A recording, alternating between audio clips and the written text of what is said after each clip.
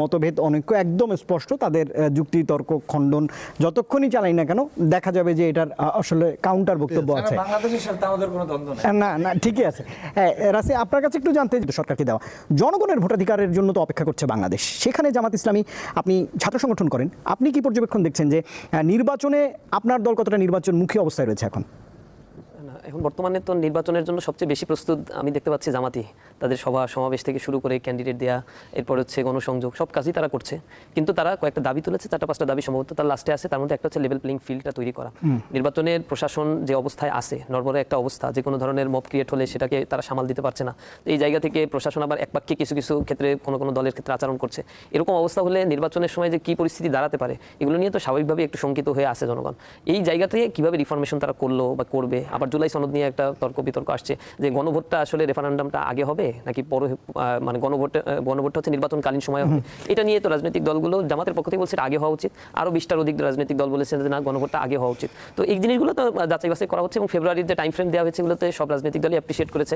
আমি দেখছি জামাত ইসলামী সবচেয়ে বেশি প্রোঅ্যাক্টিভ হয়ে তারপরে তারা নির্বাচনের প্রস্তুতিগুলো নিচ্ছে। সুতরাং এই ক্ষেত্রে আমরা কোনো ধরনের মানে তাদের পক্ষ থেকে নির্বাচনকে বাধাগ্রস্ত করার কোনো কিছু দেখছি না, বরং লেভেল প্লেইং ফিল্ডের কথা বলছে।